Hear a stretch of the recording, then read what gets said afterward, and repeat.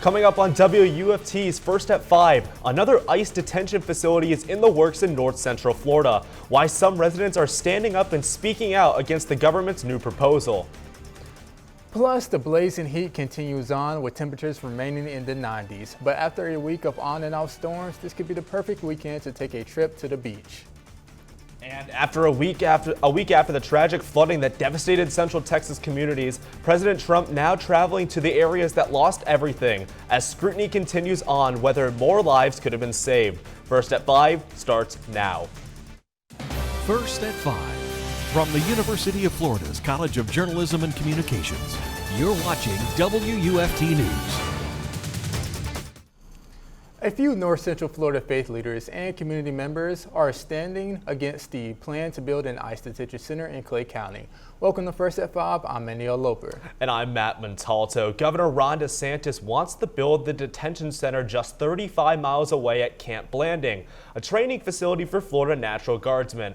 I went to a rally to find out the message North Central Florida residents are trying to send to legislators. Not here, not now, not ever. That's the message people chanted in front of the U.S. District Courthouse to attract attention to their cause. Power to the people, no one is illegal. Power to the people, no one is illegal. Governor Ron DeSantis wants to build an ICE detention facility at Camp Blanding in Clay County. North Central Florida Indivisible is not standing for it. Ethan Maya-Denny, came out to advocate for the cause. I feel disgusted that this is happening, that there's no accountability. Following the construction of Alligator Alcatraz, the Indivisible group wanted to share concerns about construction of the facility. Westminster Presbyterian Church pastor Rebecca Putnam spoke to the crowd. I feel as a faith leader, as someone who recognizes the inherent dignity of every human life, that I can't stand by and say nothing. Protesters say they want taxpayers to know tax dollars fund the facility. Jody Palmer helped organize the rally. It was really necessary to gather our faith leaders who are able to preach from a position of morality, as well as they have access to a lot of people so they can get the word out. This would be the second facility built in Florida this year. The activists will continue to fight against the building of more facilities and continue to rally. Not now, not here, not ever. The group isn't stopping there. It will organize an on-site protest at Camp Blanding Saturday, July 19th to double down on opposition. More information will be released soon. Thunderstorms and extreme heat have been a constant in North Central Florida this past week. UFT forecaster Aiden Wacksman joins us now with the weather. We can expect more of the same over the coming weekend. Some areas in North Central Florida are getting some next level heat. Just a little bit earlier, about 20 minutes ago, Cross City at about 105 degrees, the feel-like temperature. So if you are working outside, good idea to maybe just stay hydrated and be aware of any signs of heat illness, because that's pretty common this time of year, but especially with some of these temperatures that we're seeing right now. The good news is no rain. Most of those storms have moved well off to our east right now, a couple passing through parts of Alachua County along 75, but those are moving pretty fast, well tracking to our east as well. Those showers should clear out by 8 o'clock, 9 o'clock, not expecting any rain past that either, and could see some clearer skies later tonight, all the way at 4 in the morning. Might be able to see the stars and moon come out as well. Coming up, I will let you know the best day this weekend to go to the beach. President Trump traveling to the Lone Star State today, 1 week since the historic flooding that left many Central Texas communities decimated. Alice Barr has the latest as these communities question whether the response by officials was enough and if more could have been done. 1 week after the floodwaters came rushing in, President Trump traveling to Central Texas today for a first-hand look at the broken heart of a national tragedy. As an army of volunteers joins more than 2,000 first responders working to reunite victims with their families. We'll stay until we get it done. Yeah, and we want them to have closure. Questions are mounting about whether more could have been done to get people out of harm's way. President Trump telling NBC News in a phone interview that while local officials loved the victims here and no one saw this coming, quote, in retrospect, after having seen this horrible event, I would imagine you'd put alarms up. Records from a 2016 Kerr County meeting show a former commissioner called the flood warning system pretty antiquated, and now new questions over how quickly local alerts went out. Is there any way we can send a code red out to our Hunt residents asking them to find higher ground or stay home? At the federal level, the White House adamant funding cuts did not hinder the National Weather Service in issuing warnings, while putting President Trump's calls to phase out FEMA on hold. Well, FEMA is something we can talk about later, but right now they're busy working, so we'll leave it at that. Amid so much devastation from Camp Mystic and all along the Guadalupe River, an artist gathering photos for a wall of hope. Thinking that there's a family suffering behind each of those pictures really brings home the feeling of honoring the people that were lost. Looking to highlight the deep love in profound loss. In Washington, Alice Barr, NBC News. A large truck collided with the Southwest 66th Street Bridge this morning, causing the closure of all lanes along northbound I-75. You can see an image of that damage on your screen now. Crews worked throughout the morning and afternoon to repair the bridge. All lanes remain closed. Backed up commuters were rerouted to County Route 484 and headed north along US 301 before returning to the interstate. Let's take a live look at our DOT traffic cam. Bridge repairs have been completed and the affected northbound lanes are now reopened. While we haven't seen any major storms thus far in north central Florida, Marion County is staying prepared by enhancing its radio communications. The $6.9 million project included the construction of new tower sites in Newton, Salt Springs, and Marion Oaks, along with various other infrastructure improvements. The expanded radio system improves the county's ability to respond to emergencies quickly and effectively, with an enhanced 95% radio coverage throughout Marion County.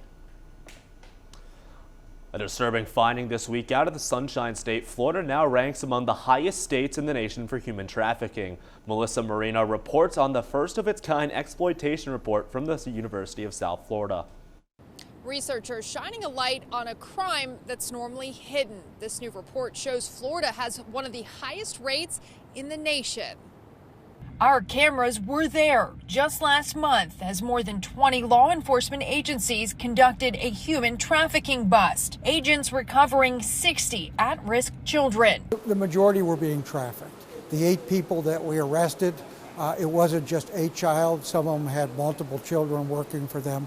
You know, in the old days, we used to call these people pimps. Now we call them human traffickers, but they're criminals. And now a groundbreaking new report reveals Florida has one of the highest rates of human trafficking in the country, a crime that's often hidden. Florida kind of carries as a state about every risk marker that can increase your risk for trafficking. The report by the University of South Florida's TIP lab collected data from 30 agencies over the last year and found that within the state, more than 500,000 people have been exploited in labor trafficking and 200,000 in sex trafficking. The report also found minors make up half of the population being sex trafficked. Associate Director of the USF TIP Lab, Shelley Wagers, is part of the team that developed the report and says it's a first of its kind in the nation. The challenge was getting data unsiloed and all the data in one place. And what allowed that to happen was the state legislation in 2023 and the governor signing the law that mandates all these organizations put the data in one place. The report also broke down county by county data. One graph showing Hillsborough County with the highest number of reported human trafficking offenses, with about 1/3 of all reported cases. It's happening in all of our backyards, right? It is. So we need to start getting better at the lay public learning and understanding what it really looks like and get it out from being hidden. That's what we need to do. Both Marion and Alachua counties ranked in the top 5 counties for Florida for human trafficking offenses per capita. That's according to data gathered between 2021 and 24. Marion County reported 6.31 human trafficking offenses per 100,000 residents, with Alachua County at 3.87. When we return, the catastrophic flooding in Texas serving as a reminder of how devastating natural disasters can be. What financial experts say you should do to prepare before one arrives. And local leaders are celebrating Alachua County's Disability Awareness Month with this special new award.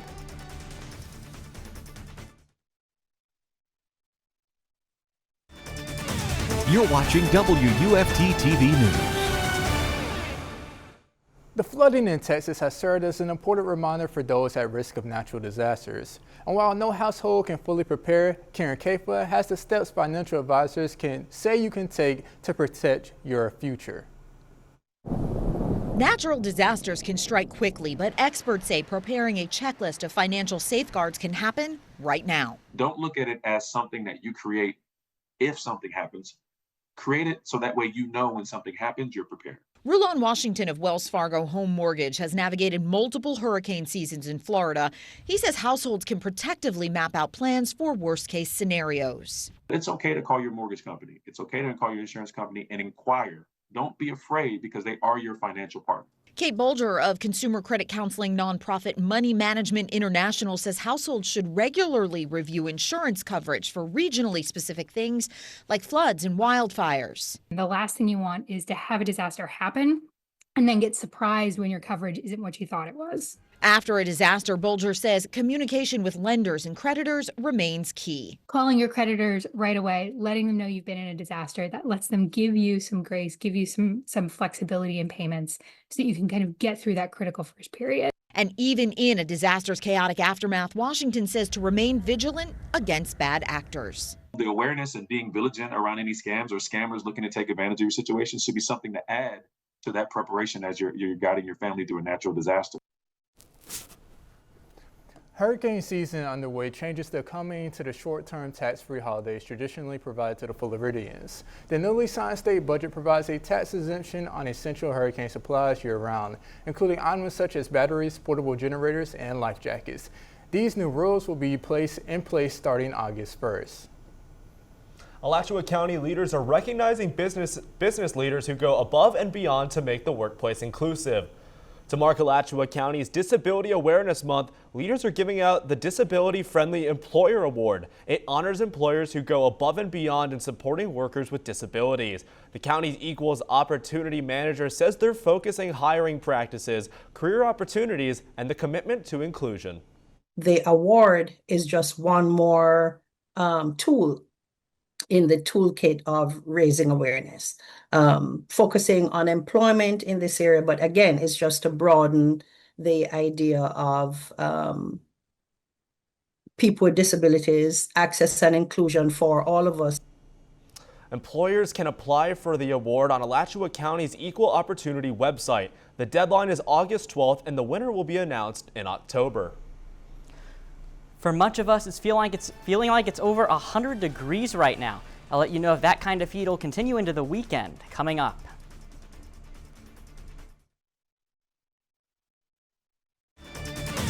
You're watching WUFT-TV News. So today's 7-Eleven, guys, and the gas station also called 7-Eleven, they're giving away free Slurpees today until 7. I might go after the show, and I'm just wondering if it's going to be a perfect day. Especially because it's been hot out for the whole day. I'm wondering if it's going to be a perfect day to go get it. Yeah, it's definitely been hot. The sun's been beaming. I wonder if it'll be a perfect day to go to the beach soon. Yeah, Saturday's looking like the perfect day to go to the beach. Let's take a look at the Saturday beach forecast. It's going to be pretty warm out there as per usual for the summer, but looking pretty nice, steering clear of that rain in the afternoon for the most part. Very, very limited rain chances at the 5 o'clock hour. Just make sure to put on some sunscreen. The sun will be beaming out there, just like Magnel said. Make sure to stay hydrated out there too. Protect yourself from heat illness. It is really hot out right now. It feels like it's 100 degrees for much of us right now. 105 in Cross City and Dixie County, 103 in Ocala. We are just staying really hot out there, even for this time of year. It's just some next level heat. Most of the rains have cleared out for us, moving well well off to the east, some strong westerly winds fueling those storms. A severe thunderstorm warning actually just popping up right now on the east coast. This cell has been dragging along through parts of Clay County all the way to the 95 corridor, and another severe warning with that specific cell has been moving across the state for the past hour or so. You can see a little bit closer here, a lot of lightning with this, some really heavy rain, some really heavy rain rates, possibly some gusty winds with that storm as well. Those westerly winds, the strong ones, being generated by this high pressure system moving closer to the Florida coast right now near the Big Bend, pushing most of those storms well off to our east, so that's why we're not seeing most of those storms stick around right now. And there's just not enough lift in the atmosphere to get any of these storms up enough to become some of those stronger thunderstorms. 91 degrees right now on the University of Florida campus. You can see some of those cumulus clouds trying to build up, but there's just not enough there for them to get pretty high. Temperatures right now in Gainesville at the airport, 91 degrees, Ocala, 92, staying really hot out there.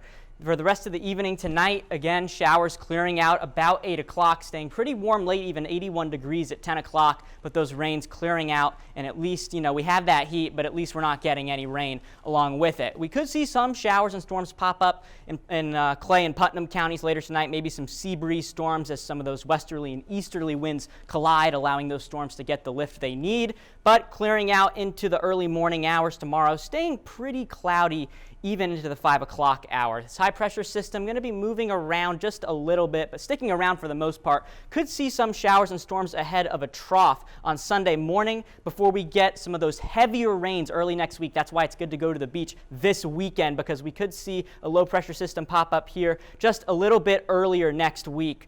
And so that could bring some of those showers and storms back into the forecast for most of us. 7-day looking, again, pretty rainy into next week, but tomorrow a good beach day. I'll have one final look at the weather coming up. Coming up in sports, former Florida Gator basketball stars are making a name for themselves in the NBA Summer League only 2 weeks after the draft. The MLB draft is right around the corner, and several Florida Gator baseball standouts have their names on the draft board. Stay tuned for who could hear their name called.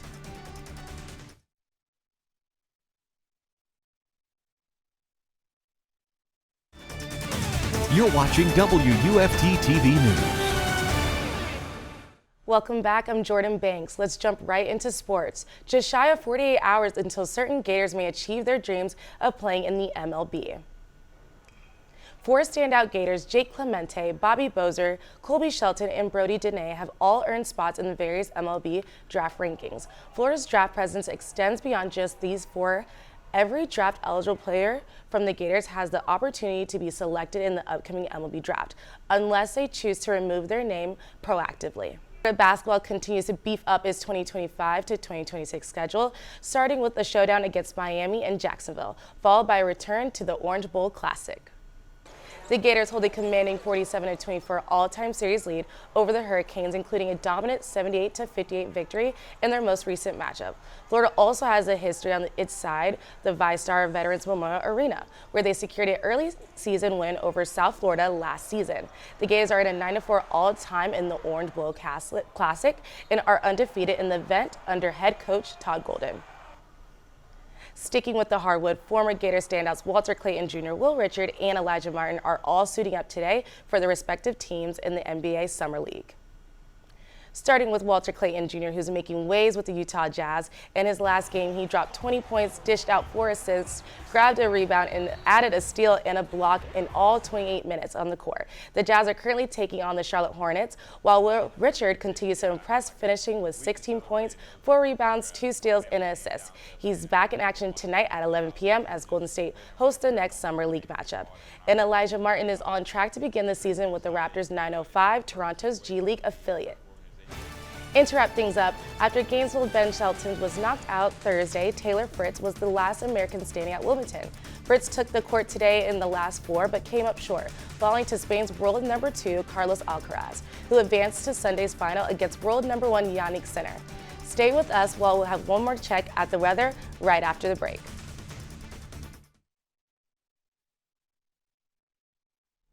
Rain chances drop off tomorrow, but pick up again, especially early next week. We're staying really hot out there. Sunscreen and hydration will be the keys to staying safe this weekend and onward.